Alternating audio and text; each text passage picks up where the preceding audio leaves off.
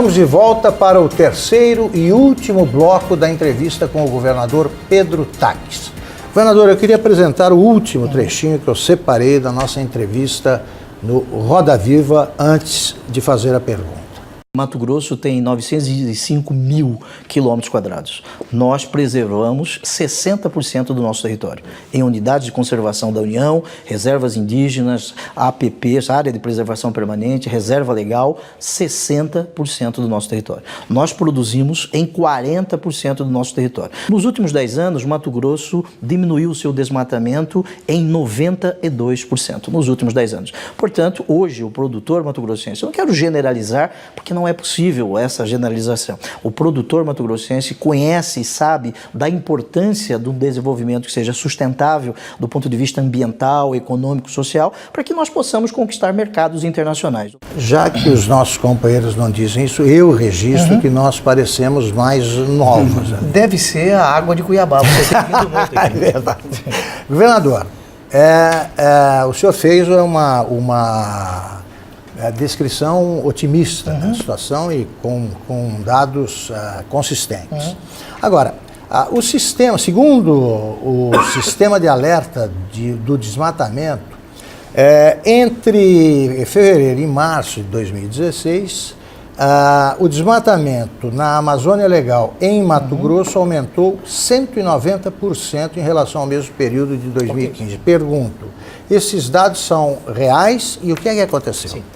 Eu não tenho argumentos para infirmar esses dados aí, portanto eu não serei aqui leviano, vou acreditar nesses dados. Mas, em nome da verdade, na região noroeste do nosso estado, a divisa de Mato Grosso com o Pará, o Amazonas, em Colniza, na região de Colniza, e também perto de Sinop, na região de União do Sul, houve aumento de desmatamento. A SEMA, hoje, capitaneada, dirigida pelo vice-governador Carlos Fávaro, já tem feito ações ali para resolver isso. Mas quando se fala em 100 e poucos %, dá-se a impressão que o aumento foi exagerado. Qualquer desmatamento é importante, é significativo, nós temos que combatê-lo, sim, eu concordo com isso. Agora, 100 e poucos % de quê? Né? Isso está sendo levantado. E um ponto importante, esse programa foi em outubro.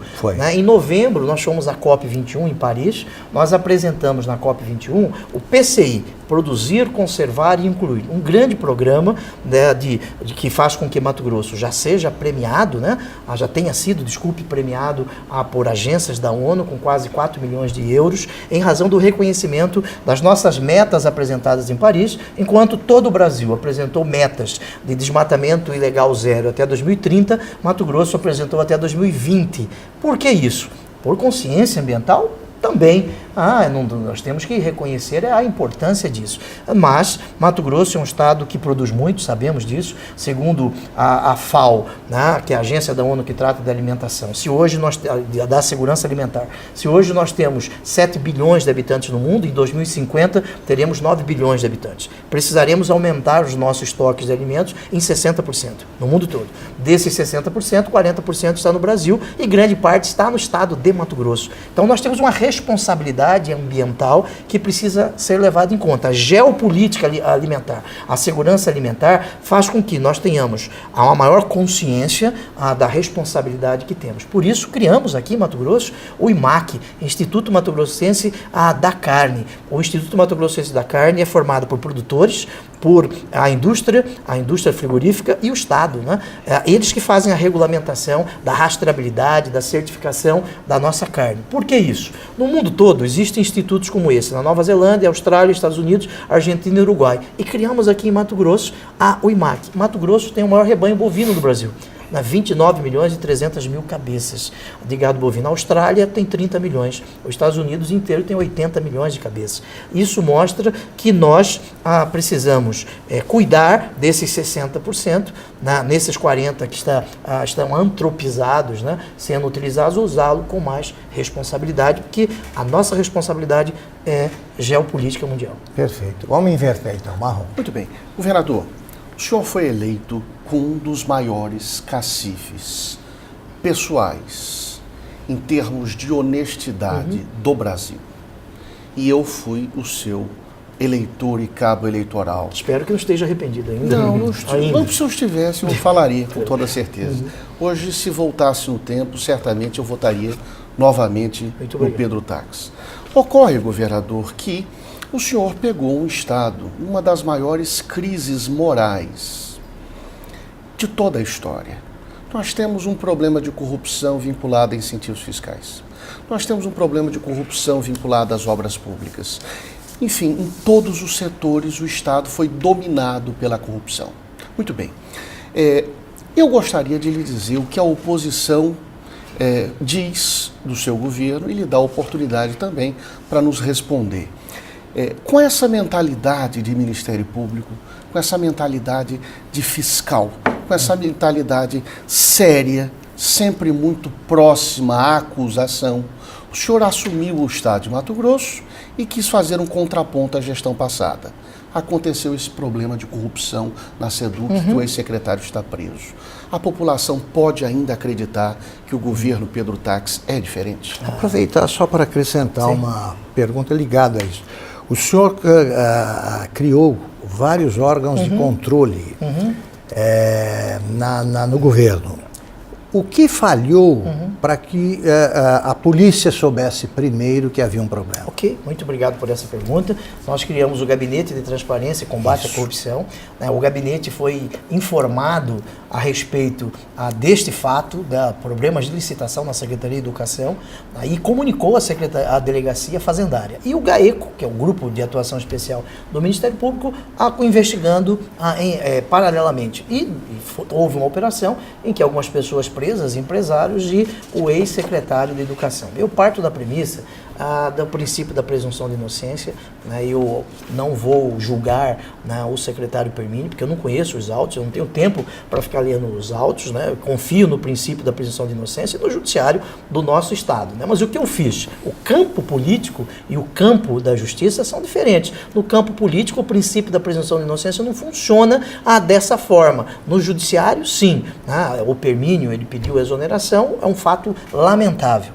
Não há como você dourar a pílula e esconder esse fato, é lamentável. Falhou os sistemas de segurança? Eu penso que não, mas eles precisaram naquele momento de aprimoramento e isso nós fizemos. Chamamos todos os empresários, eu me reuni com todos os empresários que negociam na Secretaria de Educação, dei a eles o meu telefone, assinamos um decreto que trata da integralidade, que pode ser rompido o contrato se houver corrupção, estamos trabalhando para isso. Agora, nós temos 100 mil colaboradores.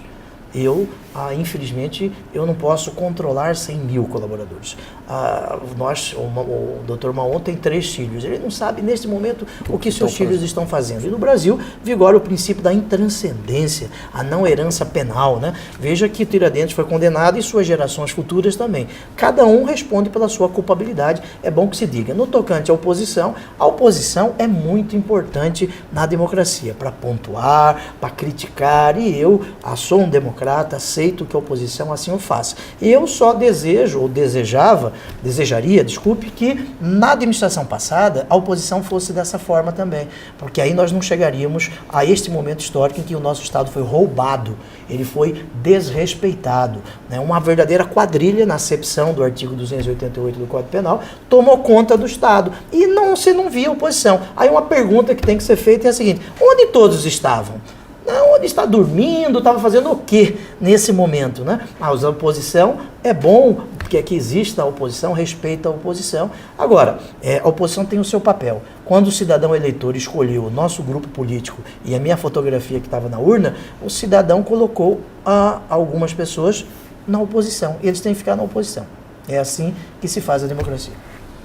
Luiz. Interessante. Governador, eu quero voltar à questão do investimento, porque um governo, uma gestão se faz por aquilo que ela deixa de legado. Perfeito? Sim. Nós temos analisado sobre 2 prismas. Nós estamos falando que a capacidade de investimento do Estado está muito diminuta. Falamos que há um descompasso no caixa de 600 milhões. Há uma dívida com o Bank of America que só acaba em 2022. Então, dinheiro do Estado, exceto se houver realmente uma eficiência tributária muito elevada, será diminuta. Do outro lado, se nós dependermos da União, e aí a ministra Carmen Lúcia querendo rever o Pacto Federativo, porque nós sabemos que a União concentra a renda na mão dela e os governadores e prefeitos acabam de pires na mão, em Brasília, e ainda há a questão da vinculação da receita para saúde e educação. E a crise da União atual faz com que também não se possa contar com a União. Então, veja bem, Pergunto. no Estado, nós temos a capacidade de investimento diminuta e na União não podemos contar com ela. Como terminaremos todas as obras inacabadas de Cuiabá no período de governo que lhe falta? Pensar fora da caixinha.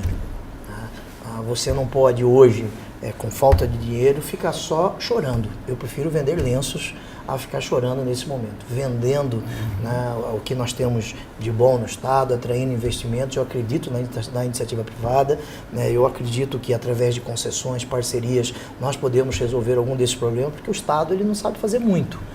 O Estado, quando ele faz, muitas vezes ele faz muito mal. E o cidadão tem o direito a uma prestação de serviço que seja decente, é isso que eu defendo. Por isso nós estamos construindo PPPs na educação, PPPs na saúde, concessões de estradas, trazendo iniciativa privada. Agora, no momento de crise, existem investimentos, os investimentos estão diminuindo, são mais conservadores, mas nós acreditamos numa retomada do investimento. Veja que os principais indicadores, como a indústria de papelão, que encaixa geladeiras, a fogão, linha branca, ela tem aumentado a sua produção, que mostra que o investidor está querendo retomar os seus investimentos, gerar emprego. E Mato Grosso é um estado de oportunidades. Nós produzimos bastante, nós temos aqui potencialidades com o Oeste, com 140 milhões de pessoas que vivem aqui no Oeste, Bolívia, Peru, Chile. Nós fomos de carro até o Oeste, vamos fazer um grande evento com o Ministério do Desenvolvimento, com o Ministério das Relações Exteriores, criamos a ZPE em Cáceres, pensando fora da casinha. Desistir, nós não vamos fazer, não vamos mudar para o Paraguai. Nós queremos trazer do Paraguai o que eles têm de bom. Veja que o Paraguai hoje, a legislação no tocante à ambiência negocial está melhor que o Brasil. Então, algumas coisas nós temos que trazer do Paraguai, não o contrabando, outras coisas, mas a experiência que eles estão tendo lá. Nós temos foco. Mato Grosso precisa ter boa gestão, ambiência negocial e produzir muito, porque este estado ele está assim, tem como destino o desenvolvimento. Eu tenho esta absoluta certeza. Governador, com licença, com relação à pergunta dele, eu vou ser mais objetivo. Eu quero saber o seguinte: o senhor é cuiabano, o senhor ama Cuiabá e parece que Cuiabá tem uma demanda pelo tal VLT. VLT? É um negócio incrível a fixação a respeito do término dessa obra. Essa obra vai mais R$1 bilhão. 1,2 bilhão, segundo o consórcio. R$1,2 bilhão. Nós estamos vivendo a maior crise econômica desde 1929. Um consórcio que tem mais advogados que engenheiros. Não seria mais fácil e não seria mais honesto simplesmente dizer ao povo de Mato Grosso: isto foi a maior irresponsabilidade política financeira que nós tivemos no estado de Mato Grosso. Não vou concluir, vou fazer alguma coisa diferente. Olha, eu fui o único parlamentar que fui contrário ao VLT. Aliás, eu fiz vários discursos no Senado, fui muito criticado aqui em Mato Grosso, fiscalizei as obras da Copa, e aí o legado está aí. O VLT já gastaram R$1 bilhão e 66 milhões de reais, são 22 quilômetros, 65 milhões de reais por quilômetro. Compraram aqui mais vagões do que o Rio de Janeiro. E o VLT do Rio é 37 milhões o quilômetro de extensão, aqui 65. Aqui compraram 40 vagões e nós precisamos só de 30. Vamos precisar de 40 daqui a 30 anos. Isso é uma irresponsabilidade. Eu não posso jogar no lixo isso. Contratamos uma consultoria, ela fez o levantamento do que foi gasto, qual é o modelo de operação, o modelo tarifário. Aliás, são as perguntas que eu fiz como senador.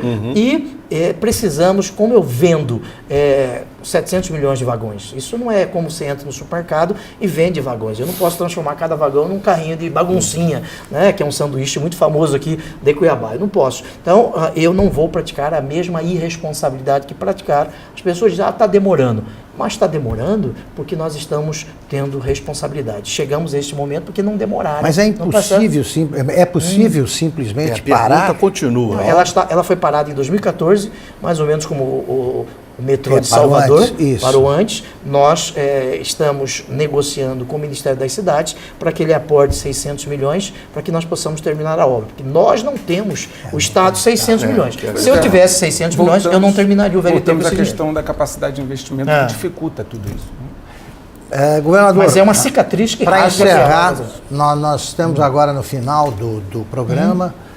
Eu queria encerrar com o seguinte: normalmente, na maioria dos estados brasileiros, os governadores se envolvem pouco com a eleição municipal, por um motivo muito simples, falando francamente. O prefeito depende do governador. Nenhum prefeito vai querer depois ficar brigado com o governador, porque ele depende do Estado, como o Estado, infelizmente, depende da União, né, em boa parte das coisas. Por que o senhor se envolve tanto com eleições municipais? O senhor acha necessário isso para manter algum projeto? Não. Por quê? Porque imagine, quando eu fui candidato, eu fui lá e fui apoiado por companheiros. Eu não deixo companheiro na chuva. Eu preciso da minha presença, andando nas ruas, mostrando o que o Estado está fazendo, penso que seja importante nesse momento. Porque senão, quando eu for pedir voto novamente, o cidadão vai olhar para mim, você não pediu voto para mim. Eu vejo que a eleição municipal, ela debata assuntos que tocam mais de perto o cidadão, que nós vivemos nos municípios, né? Essa eleição é importante e eu estou participando, sim, de algumas eleições, quando a legislação permite, nos finais de semana e depois das 18 horas, em alguns dos municípios, mas sem ofender quem quer que seja, né? E independente do prefeito que for eleito, o cidadão daquele município tem a legitimidade, né, para votar, e o prefeito será muito bem recebido no palácio, independente desse chamado alinhamento, né? Eu vejo que quem chega ao cargo de governador, presidente da República, não pode ter sentimentos outros que não sentimentos republicanos e não levar em conta letrinhas. Eu sou do PSDB, tenho orgulho de ser do PSDB. Agora, mais importante do que o PSDB é o cidadão que está ali na frente, que precisa que o Estado se faça mais presente. Última pergunta, com a resposta curtinha, e isso está sendo registrado pelas câmeras. O senhor tem que ser absolutamente honesto, como é. Sim. O senhor pensa na presidência da República? Eu quero ser candidato a ser um dos bons governadores que Mato Grosso teve. E se a consequência disso for um convite do partido para disputar a presidência? Eu sei o meu tamanho, né, como diz o Tancredo Neves, a presidência da República é destino, né, eu quero bem administrar o meu Estado, cumprir os compromissos que eu assumi com o cidadão eleitor. Governador Pedro Táxi, muito obrigado por essa entrevista, foi um prazer conversar com o senhor. Muito obrigado, Eduardo Marrom, muito obrigado, Luiz. Termina aqui o primeiro O Livre, programa de entrevistas da Band MT TV Cidade Verde. Na próxima terça estaremos de volta. Até lá.